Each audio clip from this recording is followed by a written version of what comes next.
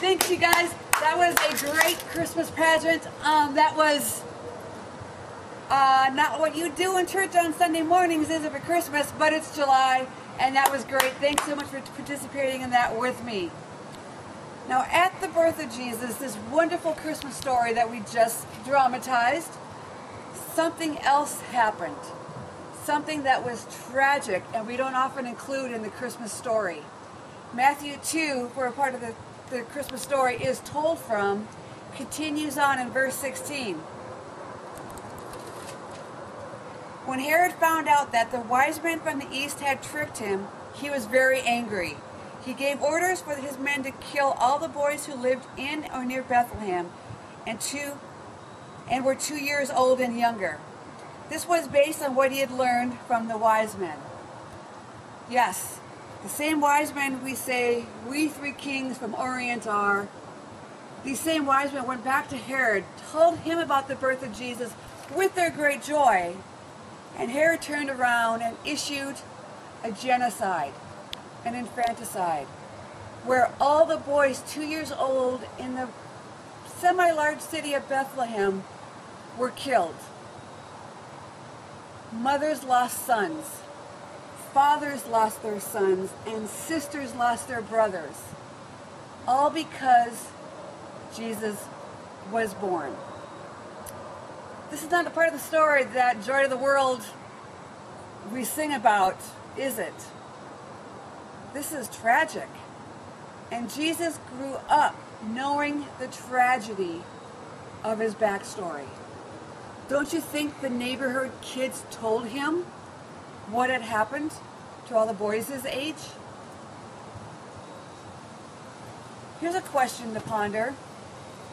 When Jesus got older and he taught the crowds and the masses, and he was teaching to them, do you think there was people in those crowds who were mothers who lost their sons, who were fathers who lost their sons, and sisters who lost their brothers?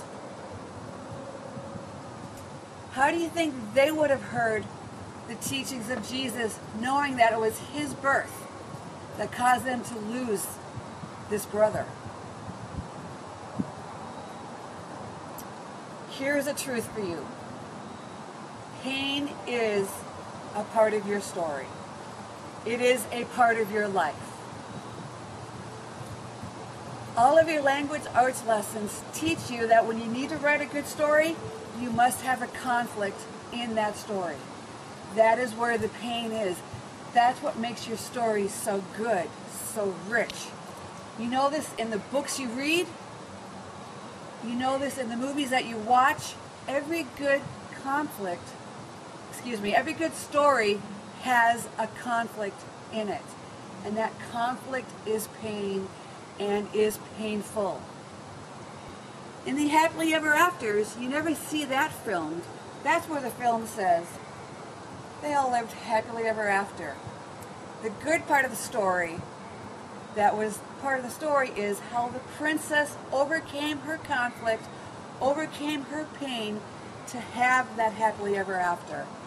That is the story. That is what we get. And here is another truth.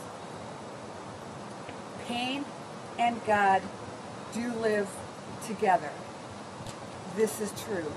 This Word of God is full of that lesson and this truth. This is why you need to read your Word, so that you can know this stuff and live this stuff and have a stronger faith. But I want to give you just one verse to support this. It's found in 2 Corinthians 1:5. It says, "We share in the terrible sufferings of Christ, but also in the wonderful comfort he gives." We get the terrible sufferings and a wonderful comfort, and these live together. They do. This word says that they do. But this is the truth, isn't it? When you are in that pain, particularly in the 6th month of that pain or in the depth of that pain, it feels like God has left you. And I know that kind of pain. It is in that pain when our prayers turn from God help me to God, where are you? How could you do this to me? I trusted in you. I read your word. I prayed and I prayed and I had faith in you, and yet my parents still divorced. God, where were you? Do you care about me at all? Are you dead? Do you even exist?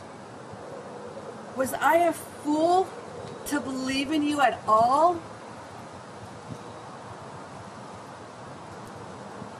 I know that pain. And I'm here to tell you, from this word of God, God and pain do live together. I want to tell you a story.